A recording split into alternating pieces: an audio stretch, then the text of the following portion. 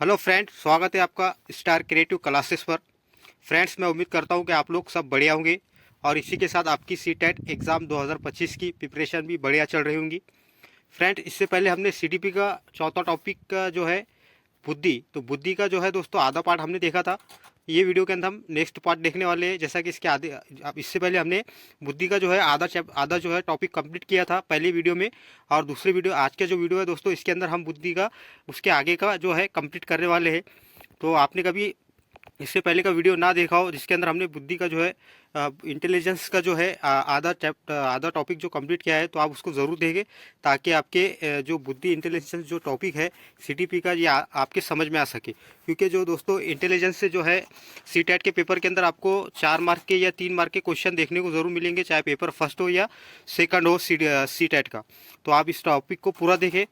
और आज की वीडियो के अंदर हम दोस्तों आगे का जो हमारा जो टॉपिक बचा था उनको कवर करने वाले हैं। जैसे बुद्धि के जो सिद्धांत है उसको आज हम कंप्लीट करेंगे। तो दोस्तों कभी आपने पहला जो वीडियो है हमारा वो नहीं देखा होगा तो उसे ज़रूर देख ले।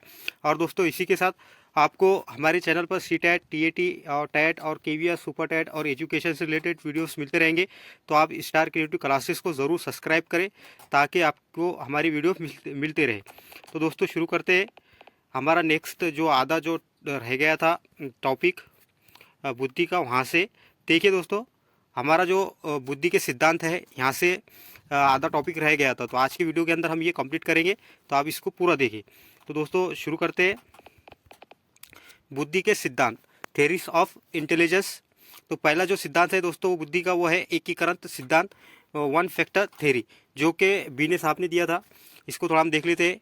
एकीकरण का सिद्धांत के प्रतिपादन बीने ने किया है।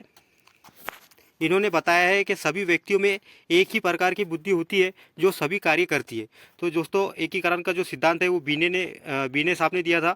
और इनका कहना था कि जो हर मनुष्य के अंदर एक ही प्रकार की बुद्धि होती है, जो कि शरीर का हर किसी के अंदर एक ही प्रकार की बुद्धि होती है और वो सारे कार्य करती है। जैसा कि डॉक्टर के अंदर भी एक ही बुद्धि रहेंगी, वो चाहे टीचर हो, वकील हो, चाहे मजदूर हो, चाहे आम इंसान हो, तो सबके अंदर एक ही बुद्धि रहेगी और वो उससे अपने सारे कार्य करता है। इनका ऐसा कहना था। इसी के साथ दोस्तों बुद्धि का जो दूसरा सिद्धांत है वो है द्वि कारक सिद्धांत, टू फैक्टर थ्योरी। इसके बारे में देखते हैं, इसको किसने दिया था। इस कारक को द्वि कारक सिद्धांत को स्पेयरमैन के द्वारा दिया गया है। इन्होंने बताया है कि बुद्धि दो तत्वों से मिलकर बनी है। ये दो तत्व है। पहला तत्व है दोस्तों सामान्य तत्व जी फैक्टर एबिलिटी। जैसा कि दोस्तों स्पेयरमैन का मानना था कि इंसान के अंदर दो तत्वों से मिलकर बुद्धि का निर्माण होता है। जैसा हर किसी के अंदर दो टाइप की बुद्धि होती है। एक पहली होती है सामान्य तत्व, जैसा कि जी फैक्टर एबिलिटी। और ये क्या काम करती है, देखिए, हर व्यक्ति में सामान्य बुद्धि जन्मजात होती है और ये हर किसी को अलग अलग होती है। जैसा कि उनका मानना था कि हर इंसान के अंदर जो है दोस्तों सामान्य बुद्धि जो होती है वो जन्मजात होती है और ये हर किसी में अलग अलग होती है। ऐसा इनका स्पेयरमैन का मानना था। और दूसरा इन्होंने कहा था दूसरी बुद्धि जो होती है इंसान के अंदर वो विशिष्ट तत्व एक्स फैक्टर स्पेशल एबिलिटी वाली होती है। ये जो होती है दोस्तों ये दूसरों से अर्जित करने वाली बुद्धि होती है। जैसा कि दोस्तों जो स्पेयरमैन का मानना था, एक मिनट दोस्तों, स्पेयरमैन का मानना ऐसा था कि बुद्धि जो है दोस्तों वो दो तत्वों से मिलकर बनी है। पहला होता है जी फैक्टर एबिलिटी और दूसरा है दोस्तों एस फैक्टर स्पेशल एबिलिटी। दोनों को मिलाकर इंसान की बुद्धि बनती है। जैसा कि जो जी फैक्टर एबिलिटी वाली जो बुद्धि होती है ये जन्मजात होती है और हर किसी में होती है। और दूसरा जो विशिष्ट बुद्धि होती है, जैसा कि विशिष्ट एक्स फैक्टर स्पेशल एबिलिटी वाली, यानी कि स्पेशल बुद्धि जो होती है जो कि दूसरों से अर्जित की जाती है। इसको दूसरों को देखकर इंसान सीखता है, वो बुद्धि अलग अलग होती है। इस तरह से इन्होंने ये कहा था। इसी के साथ दोस्तों तीसरा जो बुद्धि का सिद्धांत है वो है समूह तत्व कारक सिद्धांत, ग्रुप फैक्टर थ्योरी। इस सिद्धांत का प्रतिपादन थॉर्स्टन थरस्टन ने द्वारा दिया गया है। इस सिद्धांत के अनुसार बुद्धि कई प्रकार की योग्यताओं का मिश्रण है जो विभिन्न समूहों में पाई जाती है। दोस्तों जैसा कि थॉर्स्टन का मानना था कि बुद्धि जो है दोस्तों वो जो है कई योग्यताओं का मिश्रण है और ये जो है विभिन्न समूहों के अंदर पाई जाती है। और इसी के साथ दोस्तों आप देखेंगे हम इम्पोर्टेंट टॉपिक जो कि है हार्वर्ड गार्डनर का बहुवादिक सिद्धांत, मल्टीपल इंटेलिजेंस थ्योरी, जो कि हार्वर्ड गार्डनर ने दिया था इसको। तो इसके ताल्लुक से हम देखेंगे इनका जो हार्वर्ड गार्डनर की जो थ्योरी है दोस्तों, इससे आपको हर पेपर के अंदर 1 या 2 मार्क के क्वेश्चन देखने को ज़रूर मिलेंगे इनके थ्योरी से, बुद्धि का जो सिद्धांत इन्होंने दिया था उससे। तो आप इनकी जो थ्योरी है इसको आप समझिए अच्छे से कि ये थ्योरी के अंदर क्या कहना चाहते हैं। तो जैसा कि इनका जैसा कि देखिए दोस्तों, ये थ्योरी इस बात पर जोर देती है कि बुद्धि अलग अलग दिशाएं फॉर्म्स में होती है, जैसा कि अलग अलग दिशाओं में होती है। जैसा कि हार्वर्ड गार्डनर ने जो है दोस्तों 8 प्रकार की बुद्धि बताई है जो कि अलग अलग होती है, जैसे कि भाषिक बुद्धि, म्यूजिकल बुद्धि, शारीरिक बुद्धि। तो इस तरह से इन्होंने 8 तरह की बुद्धि बताई है, तो हम उसको देखेंगे। तो इनका कहना क्या था कि इनके ये थ्योरी इस बात पर, जैसे कि हार्वर्ड गार्डनर की जो थ्योरी है इस बात पर जोर देती है कि बुद्धि अलग अलग दिशाओं में होती है, फॉर्म में होती है। तो दोस्तों हम इसको थोड़ा देख लेते हैं। पहला जो इनका जो पहली जो थ्योरी दी उन्होंने वो है शाब्दिक भाषाई बुद्धि, वर्बल लैंग्विस्टिक इंटेलिजेंस। जैसा कि दोस्तों पहली जो बुद्धि होती है वो है इनका जो हार्वर्ड गार्डनर की पहली बुद्धि का जो सिद्धांत जो दिया उन्होंने, उसका जो पहला पॉइंट है दोस्तों वो है शाब्दिक भाषाई बुद्धि। जैसा कि इन्होंने 8 प्रकार की बुद्धि बताई, अलग अलग इंसानों के अंदर 8 प्रकार की बुद्धि पाई जाती है। और एक और नया भी इन्होंने काउंट किया, उसको मिलाकर 9 प्रकार की बुद्धि इन्होंने बताया, 9 प्रकार की बुद्धि बताई है जो कि अलग अलग इंसानों के अंदर अलग अलग तरीके से पाई जाती है, इनका ऐसा कहना है। तो पहला है दोस्तों, पहली बुद्धि जो इन्होंने बताई है वो है शाब्दिक भाषाई बुद्धि, जैसे कि वर्बल लैंग्विस्टिक इंटेलिजेंस। इसके माध्यम से शब्दों और भाषाओं का ज्ञान होता है। जैसा जिसके अंदर शाब्दिक भाषाई बुद्धि होती है दोस्तों, उसके अंदर भाषा का और शब्दों का और भाषा का ज्ञान उनको अवश्य बहुत ज़्यादा होता है। ऐसे लोगों को, जिन व्यक्तियों में इनका इस बुद्धि का, जैसा कि जिन व्यक्तियों में इसका विकास अधिक होता है वो वकील, कवि, पत्रकार इत्यादि बनते हैं। तो दोस्तों जैसा कि जिसके अंदर शाब्दिक भाषाई बुद्धि ज़्यादा होती है, तो वो उनका कहना है हार्वर्ड गार्डनर का, तो वो कह रहे हैं कि ऐसे लोग वकील, कवि और पत्रकार बनते हैं। और इसी के साथ दोस्तों उन्होंने दूसरी जो बुद्धि बताई थी वो है तार्किक गणितीय बुद्धि, लॉजिकल मैथमेटिकल्स इंटेलिजेंस। इन्होंने ऐसा दूसरी तार्किक बुद्धि दी है, बताई है, जैसा कि तार्किक गणितीय बुद्धि। तो इसके अंदर क्या होता है देखिए, ये बुद्धि किसके अंदर होती है, इनमें तार्किक योग्यता, मैथ कैलकुलेशन अधिक होता है। जैसा कि जिसके अंदर तार्किक गणितीय बुद्धि ज़्यादा होती है, जो इंसान के अंदर, जो बच्चे के अंदर, तो उसके अंदर मैथ कैलकुलेशन और मैथमेटिक्स के क्वेश्चन करने की योग्यता ज़्यादा होती है। जिन व्यक्तियों में इसका विकास अधिक होता है वो अकाउंटेंट, बैंकर, साइंटिस्ट इत्यादि बनते हैं। हार्वर्ड गार्डनर का ऐसा मानना है कि जिसके अंदर तार्किक गणितीय बुद्धि ज़्यादा होती है, वो ऐसे जो बच्चे होते हैं या ऐसे लोग होते हैं, उनको मैथमेटिक्स के अंदर ज़्यादा इंटरेस्ट होता है और वो अकाउंटेंट, बैंकर और साइंटिस्ट वगैरह बनते हैं। इसी के साथ दोस्तों उन्होंने तीसरी बुद्धि बताई थी, स्थानिक बुद्धि। देखिए तीसरी बुद्धि है दोस्तों हार्वर्ड गार्डनर की बताई हुई, वो है स्थानिक बुद्धि, अमूर्त तत्व के आधार पर मानसिक छवि बनाना। जैसा कि दोस्तों जो चीज़ें काल्पनिक होती है उसके आधार पर एक मानसिक छवि बनाना।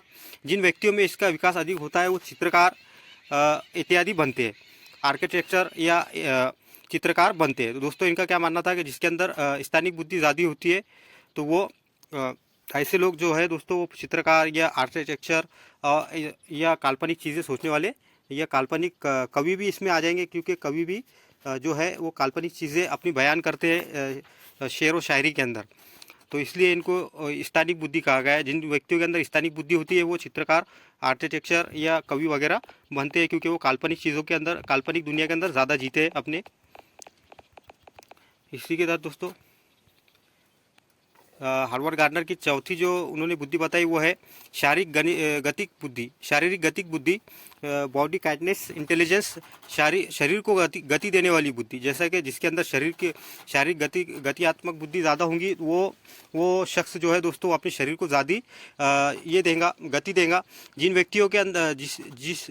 व्यक्तियों में इसका विकास अधिक होता है होता है तो वो अभिनेता, अभिनेत्री, एथलेटिक्स, डांसर इत्यादि बनते हैं। जैसा कि दोस्तों जिसके अंदर शरीर को गति देने वाली बुद्धि होती है वो ज़्यादातर अभिनेता, अभिनेत्री, एथलेटिक्स, डांसर इत्यादि बनते हैं, ऐसा हार्वर्ड गार्डनर का मानना है। और इसी के साथ दोस्तों पांचवी इन्होंने जो बुद्धि बताई वो है संगीतात्मक बुद्धि, जैसा कि म्यूजिकल इंटेलिजेंस। इस बुद्धि के अंतर्गत संगीत की बुद्धि अधिक होती है। जैसा कि जिन व्यक्तियों के अंदर इसके अंतर्गत क्या होता है, जिसके अंदर संगीतात्मक बुद्धि होती है उसको संगीत से ज़्यादा लगाव होता है। जिन व्यक्तियों में इसका विकास अधिक होता है वो सिंगर, एंटरटेनर इत्यादि बनते हैं। जैसा कि दोस्तों जिसके अंदर जो शख्स के अंदर बहुत से लोगों के अंदर संगीतात्मक बुद्धि होती है, संगीत को म्यूजिकल इंटेलिजेंस होती है, म्यूजिक को अच्छे से जानते हैं, उसकी बारीकी को जानते हैं, तो ऐसे लोग जो है दोस्तों ज़्यादातर सिंगर, एंटरटेनर इत्यादि बनते हैं। इसी के साथ दोस्तों इंटरपर्सनल इंटेलिजेंस, इसको दो चीज़ें इन्होंने एक पहला बताया दोस्तों, इंटरपर्सनल इंटेलिजेंस और इंट्रापर्सनल इंटेलिजेंस, ये दोनों में फ़र्क है। पेपर के अंदर आपको दोनों में देखने को मिलेंगे, लेकिन ये पढ़ने में और इसके जो डेफिनेशन है दोनों अलग है। इंट्रापर्सनल की इंटेलिजेंस की डेफिनेशन अलग है और इंट्रापर्सनल इंटेलिजेंस की अलग है।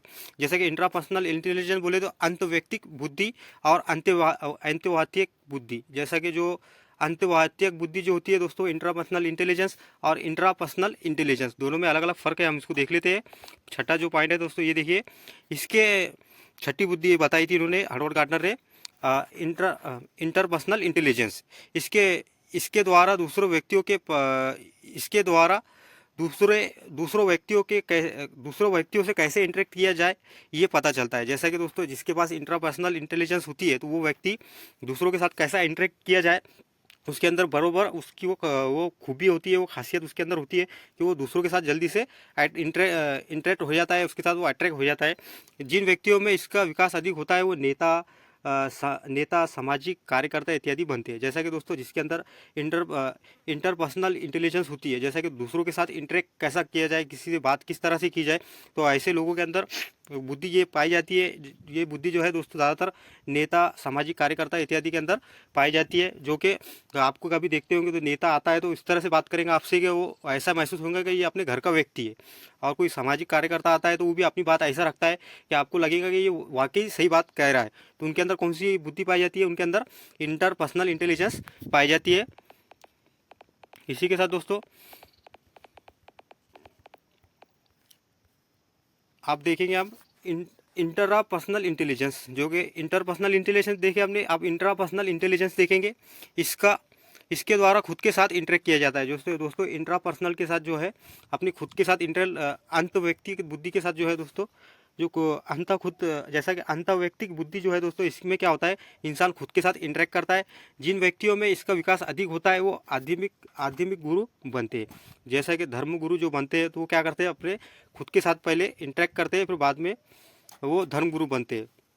तो ये जो जिसके अंदर ये बुद्धि पाई जाएंगी इंट्रापर्सनल इंटेलिजेंस, तो वो ज़्यादातर आध्यात्मिक गुरु बनते हैं, जो कि आप समाज के अंदर ऐसे लोगों को देखते भी है। अब इसी के साथ दोस्तों आठवां है हमारा प्रकृतिवादी बुद्धि, नेचुरलिटिक इंटेलिजेंस। जो नेचुरल जो चीज़ें हैं दोस्तों उसके अंदर अपना इंटरफेयर करने वाले लोग भी आपको समाज के अंदर मिलेंगे। तो जैसा उन्होंने आठवीं जो बुद्धि बताई थी हार्वर्ड गार्डनर ने, वो है प्रकृतिवादी बुद्धि। तो जैसा इसके अंदर क्या होता है वो देखते हैं। इस बुद्धि के व्यक्ति प्रकृति के नज़दीक होते हैं, जैसे नेचुरल जो कुदरत की तरफ से हमारी को प्राकृतिक चीज़ें मिली है इन्वायरमेंट के अंदर, तो उसके वो बहुत नज़दीक होते हैं। जिन व्यक्तियों में इसका विकास अधिक होता है वो किसान, माली इत्यादि बनते हैं। जैसा कि दोस्तों प्रकृतिवादी वाली बुद्धि वाले जो लोग होते हैं वो ज़्यादातर क्या करते हैं, उनको झाड़ू से ज़्यादा प्यार होता है, बगीचों से उनको प्यार होता है, जो कुदरत में जानवर पाए जाते हैं, इन्वायरमेंट में जो जानवर पाए जाते हैं उनसे उनको लगाव होता है, झाड़ू से लगाव होता है। तो ऐसे लोग कौन से बुद्धि के होते हैं, ऐसे लोग प्रकृतिवादी बुद्धि के कहलाते हैं। इसी के साथ दोस्तों आप कौन सी बुद्धि में आते हैं ज़रा हमें कमेंट बॉक्स में बताएं। इसी के साथ दोस्तों आपको कभी वीडियो पसंद आ रहा होगा तो इसे लाइक करें और चैनल को हमारे ज़रूर सब्सक्राइब करें। इसी के साथ अस्तित्ववादी बुद्धि, एक्सटर्नल इंटेलिजेंस। जैसे तो देखिए दोस्तों अस्तित्ववादी बुद्धि इस बुद्धि के व्यक्ति हर चीज़ के अस्तित्व के बारे में सोचते हैं, जैसे हम इस दुनिया में क्यों आए, भगवान कौन है। दोस्तों, जो जिन लोगों के अंदर अस्तित्ववादी बुद्धि पाई जाती है, ज़्यादा आपने देखा होगा समाज के अंदर आपको ऐसे लोग भी मिलेंगे, वो कहते रहते हैं कि भाई ये दुनिया क्यों है। जैसा कि धार्मिक बहुत से लोग, धार्मिक जो होते ऐसे बहुत से लोग होते हैं जिनसे बातों से उनके आपको उनकी बातों से लगेगा वो बातें ऐसी करते हैं कि भाई ये दुनिया किसने बनाया होगा, ये दुनिया कैसा चल रही है, ये पहाड़ किसने बनाया होगा, ये आसमान किसने बनाया होगा। तो ऐसे जो व्यक्ति होते हैं दोस्तों, वो कौन सी बुद्धि के होते हैं, अस्तित्ववादी बुद्धि के होते हैं, क्योंकि वो अस्तित्व को ढूंढते रहते हैं कि ये दुनिया किसने बनाया, ये भगवान कौन है, और अलग अलग चीज़ें होती है। और इसी के साथ दोस्तों, जिन व्यक्तियों में इसका विकास अधिक होता है वो साधु संत फिलोसोफर बनते हैं। जैसा कि आप जिन व्यक्तियों के अंदर दोस्तों अस्तित्ववादी बुद्धि पाई जाती है, वो लोग क्या करते हैं, वो ज़्यादातर क्या बनते हैं, साधु संत और फिलोसोफर बनते हैं। हार्वर्ड गार्डनर के ऐसे इनका कहना था, थ्योरी के अंदर इन्होंने ऐसी चीज़ें पेश की। इसी के साथ दोस्तों, जो हार्वर्ड गार्डनर ने जो थ्योरी दी थी, इसकी बड़ी आलोचना भी हुई। इसकी आलोचना ऐसी हुई कि मल्टीपल इंटेलिजेंस थ्योरी को वैलिड नहीं माना जा सकता, जो कि दोस्तों भौतिक सिद्धांत जो इन्होंने दिया था, 9 प्रकार की जो बुद्धि इन्होंने बताई है हार्वर्ड गार्डनर ने, तो इसको वैलिड नहीं माना जा सकता, क्योंकि इसमें अलग अलग इंटेलिजेंस को मापा नहीं जा सकता। जैसा कि इन्होंने अलग अलग इंटेलिजेंस बताया, म्यूजिकल इंटेलिजेंस बताया और शारीरिक इंटेलिजेंस बताया। इसी के साथ दोस्तों अंत व्यक्तिगत बुद्धि इन्होंने बताई।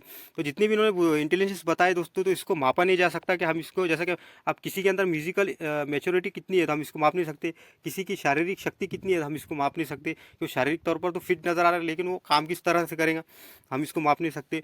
और जो जो अलग अलग इन्होंने बुद्धि बताई है दोस्तों, 9 प्रकार की जो जितनी भी इन्होंने बुद्धि इंटेलिजेंस बताई है, तो वो उसको हम माप नहीं सकते, ये इनवैलिड है, क्योंकि इसलिए इसकी आलोचना हुई थी कि भाई इसको हम माप नहीं सकते, इसलिए ये इनवैलिड है। और इसी के साथ दोस्तों देखिए, आप इसके बाद देखेंगे हम त्रिआयामी सिद्धांत, 3 डायमेंशनल थ्योरी, इसको थोड़ा हम देख लेते हैं।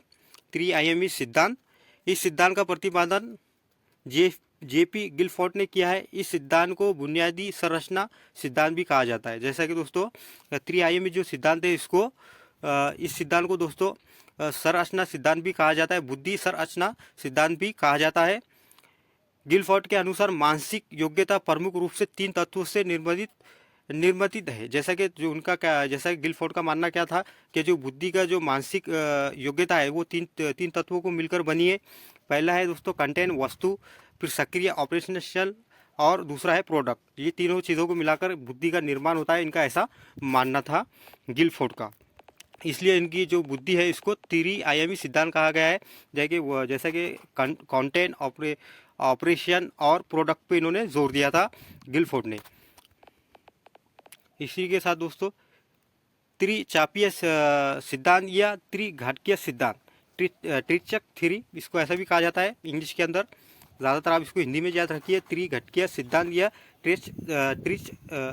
त्रिचिक थ्योरीज। इस सिद्धांत का प्रतिपादन स्टर्नबर्ग ने किया है। जैसा कि इसका ये जो सिद्धांत है दोस्तों, इसको त्रिघटकीय जो सिद्धांत है दोस्तों, इसको ये जो सिद्धांत है, ये जो सिद्धांत दिया है, ये किसने दिया है, स्टर्नबर्ग ने दिया है। और स्टर्नबर्ग ने बुद्धि को 3 भागों में बांटा है। जैसा कि स्टर्नबर्ग ने जो है दोस्तों बुद्धि को 3 भागों में बांटा है। पहला है दोस्तों भावात्मक बुद्धि। भावात्मक बुद्धि ये भावनाओं पर आधारित होती है। जैसा कि दोस्तों भावात्मक जो बुद्धि होती है ये भावनाओं पर आधारित होती है। व्यक्ति अपने अनुभव से, सॉरी दोस्तों ये अनुभवात्मक बुद्धि है, सॉरी पढ़ने में थोड़ा गलत आ गया, भावात्मक पढ़ लिया मैंने, अनुभवात्मक बुद्धि, जो कि दोस्तों ये अनुभवात्मक बुद्धि ये अनुभव पर आधारित होती है। व्यक्ति अपने अनुभव से कुछ नया खोज करता है, अनुभव से नया कुछ क्रेडिट करता है। जैसा कि दोस्तों स्टर्नबर्ग ने जो बुद्धि बताई है, पहली बुद्धि दोस्तों, इन्होंने 3 बुद्धि के सिद्धांत बताए हैं। तो पहली जो बुद्धि बताई है इन्होंने दोस्तों, वो बताई है अनुभवात्मक बुद्धि। जैसा कि अनुभव के ज़रिए से वो इंसान या बच्चा बहुत कुछ सीखता है, या चाहे हम हो या तो आप हो, हर कोई अपने अनुभव से बहुत कुछ सीखते हैं। और अनुभव से इंसान क्या क्या करता है, अपनी नई चीज़ की खोज करता है। पहली अनुभव के जो जब उसको पहले अनुभव आ जाते हैं तो उसके बिना पर वो एक नई खोज करता है, और नई अनुभव के बिना पर ही वो नई चीज़ को क्रेडिट कर सकता है, नई चीज़ को बना सकता है। स्टर्नबर्ग ने ऐसा कहा था। पहले इसमें अनुभव, इसी के साथ दोस्तों दूसरा जो है वो है घटकीय बुद्धि। जैसा कि घटकों पर घटनाओं पर आधारित जो बुद्धि होती है उसको घटकिया बुद्धि कहा जाता है। घटकिया बुद्धि वाले व्यक्ति कल्पना शक्ति से बहुत कुछ सोच लेते हैं। ये अमृत बुद्धि वाले व्यक्ति होते हैं। ऐसे लोग हर चीज़ के पीछे का कारण जानना चाहते हैं। जो घटकिया बुद्धि वाले जो व्यक्ति होते हैं दोस्तों, वो कल्पना शक्ति से बहुत कुछ सोच लेते हैं और हर चीज़ के पीछे का अपना कारण जानना चाहते हैं। और इसी के साथ दोस्तों स्टर्नबर्ग ने जो तीसरी बुद्धि बताई थी वो है संदर्भात्मक बुद्धि। जैसा कि दोस्तों उन्होंने तीसरी जो बुद्धि बताई थी वो है संदर्भात्मक बुद्धि। संदर्भात्मक बुद्धि जैसा कि दोस्तों देखिए संदर्भात्मक संदर्भात्मक बुद्धि वाले व्यक्ति इन सॉरी एक बार देखिए, एक मिनट, सॉरी थोड़ा गलती हो जा रही। संदर्भात्मक बुद्धि व्यक्ति इसमें सूचनाओं को इस ढंग से उपयोग करने में सफल हो जाते हैं जिसकी उनको अधिक से अधिक लाभ हो। व्यक्ति पर्यावरण के साथ समायोजन रखते हैं और व्यवहारिक होते हैं। जैसा कि दोस्तों संदर्भात्मक बुद्धि वाले जो व्यक्ति होते हैं वो सूचनाओं को इस तरह से इस ढंग से उपयोग करने में सफल हो जाते हैं कि उनको इससे अधिक लाभ हो। और ऐसे व्यक्ति पर्यावरण के साथ समायोजन यानी कि उसके साथ घुल मिलने में बहुत माहिर होते हैं और वो व्यवहारिक होते हैं। लोगों के साथ अच्छे से उनका कॉन्ट्रैक्ट होता है, ये होता है अट्रैक्शन होता है और वो लोगों के साथ अच्छे से घुल मिल जाते हैं अपने इन्वायरमेंट के अंदर। तो दोस्तों इस तरह से दोस्तों हमने स्टर्नबर्ग के जो उन्होंने सिद्धांत दिए, बुद्धि के बुद्धि को 3 भागों में बांटा था, उसको हमने देखा। देखिए त्रिय घटना जो है त्रिघटकीय जो सिद्धांत है दोस्तों स्टर्नबर्ग ने दिया था, ये आपको याद रखना है।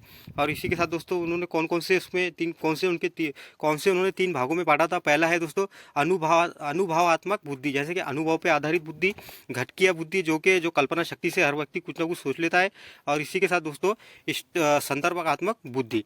अब इसी के साथ दोस्तों ये हमने जो देखा था हार्वर्ड गार्डनर की थ्योरी, हार्वर्ड गार्डनर की जो थ्योरी देखी थी दोस्तों, जो कि बहुभादिक सिद्धांत। तो इसकी मल्टीपल इंटेलिजेंस थ्योरी जो हार्वर्ड गार्डनर ने दी है, तो पहला जो उन्होंने अलग अलग दिशाएं 9 प्रकार की बुद्धि बताई है। तो पहली क्या है दोस्तों शाब्दिक बुद्धि, दूसरा है शाब्दिक बुद्धि, दूसरी जो उन्होंने बताई है दोस्तों वो तार्किक गणितीय बुद्धि, तीसरी बुद्धि बताई है दोस्तों स्थानिक बुद्धि, और चौथी शारीरिकात्मक बुद्धि, बॉडी काइटनेस इंटेलिजेंस। और इसी साथ दोस्तों पांचवी उन्होंने बताई थी हार्वर्ड गार्डनर ने संगीतात्मक बुद्धि, म्यूजिकल इंटेलिजेंस, अंतवैयक्तिक बुद्धि, इंट्रापर्सनल इंटेलिजेंस, इसके बारे में भी हमने देखा। अंतवैयक्तिक बुद्धि, इंट्रापर्सनल इंटेलिजेंस, इसके बारे में भी हमने देखा। प्राकृतिकवादी बुद्धि, इसके बारे में भी हमने देख लिया। और अस्तित्ववादी बुद्धि और इसकी आलोचना क्यों हुई थी ये भी हमने देख लिया। तो इस तरह से दोस्तों हार्वर्ड गार्डनर ने 9 प्रकार की बुद्धि बताई है जो कि अलग अलग होती है, लेकिन इसकी आलोचना इसलिए होती है कि हार्वर्ड गार्डनर ने जो इंटेलिजेंस थ्योरी दी है तो इसको इनवैलिड इसलिए माना गया था क्योंकि इसको हम मापन नहीं कर सकते, इसकी हम ये नहीं कर सकते कि इसको मापा किस ज़्यादा जाए कि किसके अंदर म्यूजिकल इंटेलिजेंस कितने लेवल का है। तो दोस्तों इस तरह से हमने आज की वीडियो के अंदर जो हमारा बुद्धि का जो आधा चैप्टर बाकी था, टॉपिक बाकी था, उसको कवर किया, जो कि बुद्धि के सिद्धांत से हमने शुरू किया था। इससे पहले दोस्तों हमने जो आधा टॉपिक है इससे पहले की वीडियो में कंप्लीट किया है। चौथा टॉपिक जो है हमारा, इसको दो पार्ट में हमने डिवाइड किया था। पहले पार्ट के अंदर हमने आधा किया और दूसरे पार्ट के अंदर आधा। तो आप इससे पहले का जो पार्ट है दोस्तों कभी आपने नहीं देखा होगा तो आप उसको ज़रूर देख ले। और इसी के साथ दोस्तों आपको हमारे चैनल पर CTET, TAT, TAT, KVS, super TAT और एजुकेशन से रिलेटेड वीडियोस मिलते रहेंगे। तो आप स्टार क्रिएटिव क्लासेस को ज़रूर सब्सक्राइब करें। मिलते हैं नेक्स्ट वीडियो में।